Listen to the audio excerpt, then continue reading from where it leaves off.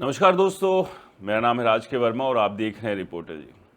दोस्तों, क्या धारावी के लाखों लोगों के सिर से छत छिनने वाली है? क्या दुनिया के सबसे बड़े स्लम रीडेवलपमेंट प्रोजेक्ट के नाम पर मुंबई का पूरा नक्शा बदला जा रहा है? और सबसे बड़ा सवाल, अगर सरकार कहती है कि ये प्रोजेक्ट गरीबों की जिंदगी बदल देगा, तो फिर धारावी के हजारों परिवार लिखित गारंटी क्यों मांग रहे हैं? आखिर ऐसा क्या है कि जिन लोगों को नए घर मिलने चाहिए वही लोग आज सबसे ज़्यादा डरे हुए दिखाई दे रहे हैं? सोचिए, अगर आपके घर पर एक नोटिस आए और उसमें लिखा हो कि 7 दिनों के अंदर मकान खाली कर दीजिए, लेकिन ये ना बताया जाए कि आपको नया घर कहाँ मिलेगा, कब मिलेगा और कितना बड़ा मिलेगा, तो आपकी हालत क्या होगी? यही सवाल आज मुंबई के धारावी में गूंज रहा है और यही वजह है कि महाराष्ट्र की राजनीति से लेकर देश के बड़े मीडिया संस्थानों तक हर जगह धारावी रीडेवलपमेंट प्रोजेक्ट की चर्चा हो रही है। दोस्तों, धारावी कोई साधारण बस्ती नहीं, करीब 600 एकड़ से अधिक इलाके में फैला हुआ ये इलाका दुनिया के सबसे घनी आबादी वाले शहरी क्षेत्रों में गिना जाता है। अलग अलग रिपोर्ट के अनुसार यहाँ लगभग 10 लाख लोग रहते हैं और हजारों छोटे उद्योग, वर्कशॉप, चमड़ा उद्योग, पॉटरी यूनिटी, रिसाइकलिंग कारोबार और घरेलू प्रोडक्शन यूनिट्स सालों से यहाँ चल रही है। कई रिपोर्ट्स धारावी की अनौपचारिक अर्थव्यवस्था का आकार सालाना अरबों डॉलर तक बताती है। यही कारण है कि जब धारावी रीडेवलपमेंट प्रोजेक्ट की घोषणा हुई तो इसे केवल हाउसिंग प्रोजेक्ट नहीं बल्कि भारत के सबसे बड़े शहरी परिवर्तन मिशनों में से एक माना गया। महाराष्ट्र सरकार की ऑफिशियल वेबसाइट के अनुसार इस परियोजना का उद्देश्य धारावी को एक नियोजित और आत्मनिर्भर टाउनशिप में बदलना है, जहां झुग्गी वासियों को पुनर्वास किया जाएगा और आधुनिक बुनियादी सुविधाएं उनके लिए उपलब्ध कराई जाएगी। लेकिन दोस्तों, कागजों पर दिखाई देने वाला सपना और ज़मीन पर महसूस होने वाली चिंता अक्सर अलग अलग होती है। जून 2026 में ये चिंता फिर सुर्खियों में आ गई, जब मुंबई कांग्रेस अध्यक्ष और धारावी की विधायक वर्षा गायकवाड़ ने मुख्यमंत्री देवेंद्र फडणवीस और उप मुख्यमंत्री एकनाथ शिंदे को लेटर लिखकर कहा कि धारावी के लोगों में अपने भविष्य को लेकर भारी असुरक्षा और अनिश्चितता का माहौल है। गायकवाड़ का आरोप है कि लोगों को अभी तक लिखित रूप से ये भरोसा नहीं दिया गया कि पात्र परिवारों का पुनर्वास धारावी के भीतर ही किया जाएगा। उनके अनुसार पुनर्विकास यानी रीडेवलपमेंट केवल ऊंची इमारतें खड़ी करने का मामला नहीं, बल्कि ये लाखों लोगों के सामाजिक, आर्थिक और सांस्कृतिक जीवन से जुड़ा हुआ सब्जेक्ट है। मामला तब और गर्म हो गया जब शाहनगर की 47 इमारतों में रहने वाले लोगों को घर खाली करने के नोटिस मिलने की खबर सामने आई। रेजिडेंट्स का कहना है कि उन्हें स्पष्ट जानकारी नहीं दी गई कि पुनर्वास कहां होगा, कब होगा और किन शर्तों पर होगा। यही वजह है कि अब मांग केवल पुनर्विकास की नहीं बल्कि लिखित गारंटी की हो रही है। दोस्तों, दिलचस्प बात यह है कि यह विवाद केवल पॉलिटिकल बयानबाजी तक सीमित नहीं है। हाल के महीनों में कई मीडिया रिपोर्ट्स में पुनर्वास पात्रता को लेकर भी सवाल उठे। कुछ रिपोर्ट्स में दावा किया गया कि सर्वेक्षण सूची में बड़ी संख्या में लोगों को अयोग्य या अनएलिजिबल चिन्हित किया गया, जिसके बाद स्थानीय स्तर पर असंतोष बढ़ा। दूसरी ओर प्रोजेक्ट से जुड़े पक्ष का कहना है कि सर्वेक्षण और पात्रता निर्धारण पूरी तरह नियमों के अनुसार किया जा रहा है। यहीं से असली लड़ाई शुरू होती है। कौन पात्र है, कौन नहीं, किसे धारावी में घर मिलेगा, किसे बाहर जाना पड़ेगा और किसका भविष्य अभी भी अधर में लटका हुआ है। प्रोजेक्ट से जुड़े कई डॉक्यूमेंट्स और विश्लेषण बताते हैं कि आने वाले सालों में यहाँ एक विशाल शहरी पुनर्गठन देखने को मिल सकता है। कुछ इंडस्ट्री एक्सपर्ट्स के अनुसार प्रोजेक्ट में 1.25 लाख से अधिक रेजिडेंशियल यूनिट्स के कंस्ट्रक्शन की योजना है और इसका कुल इन्वेस्टमेंट लाखों करोड़ रुपए तक पहुंच सकता है। समर्थकों का तर्क है कि इससे मुंबई को आधुनिक बुनियादी ढांचा, बेहतर घर और नई आर्थिक एक्टिविटीज़ मिलेगी। लेकिन आलोचकों का सवाल है कि क्या इस विकास की कीमत समुदाय के विस्थापन और लोकल इंडस्ट्री के टूटने के रूप में चुकानी पड़ेगी?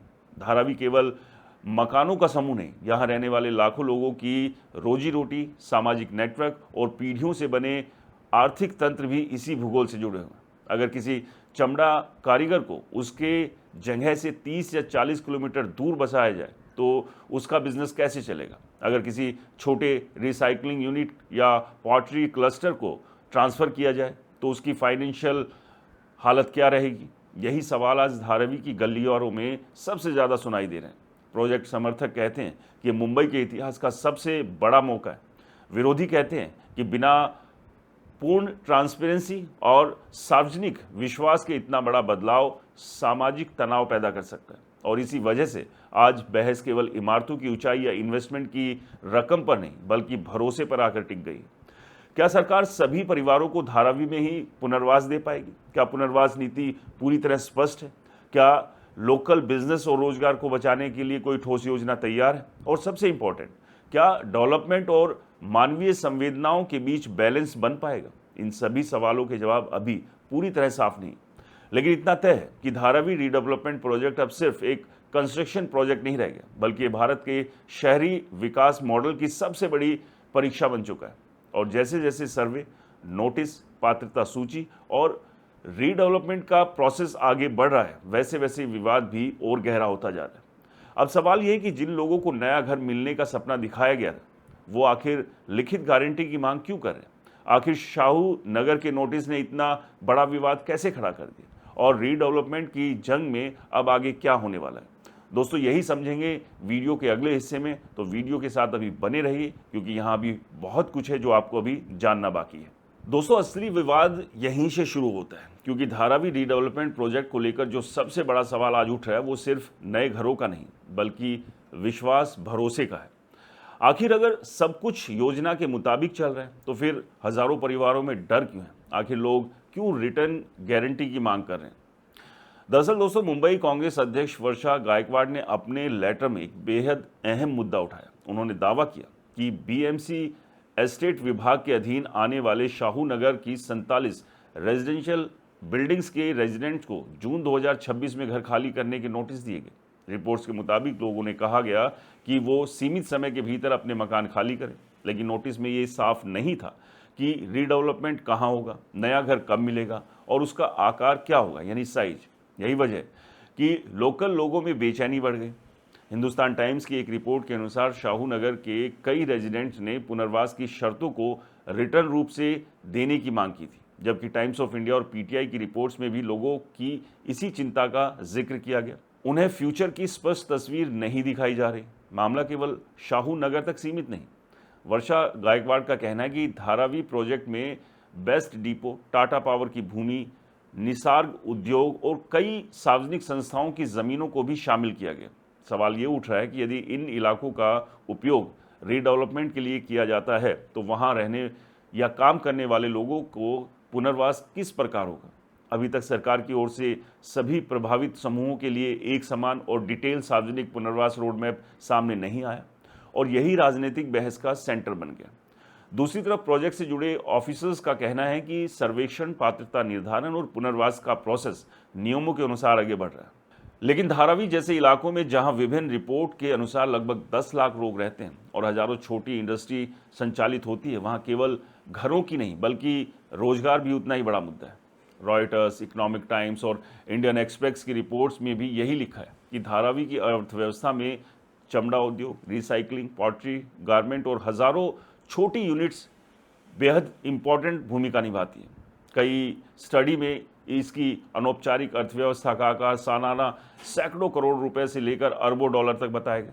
ऐसे में लोकल लोगों की चिंता है कि यदि उन्हें उनके काम की जगह से दूर बसाया गया तो उनकी रोजी रोटी पर इसका सीधा असर पड़ेगा।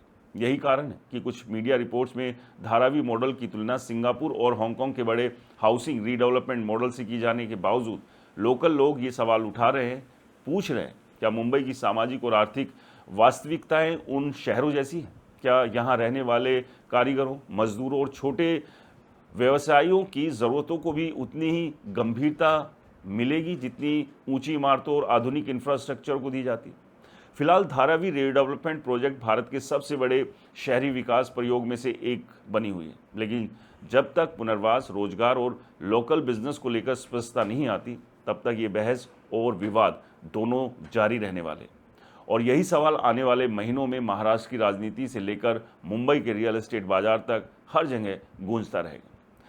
दोस्तों, आपको क्या लगता है, धारावी रीडेवलपमेंट प्रोजेक्ट को लेकर ये जो चिंता है लोगों की, ये जायज़ है? क्या कुछ ऐसा है जिसे छुपाया जा रहा है, या फिर यहाँ पर एक राजनीति हो रही है? अपनी राय कमेंट में ज़रूर बताएं।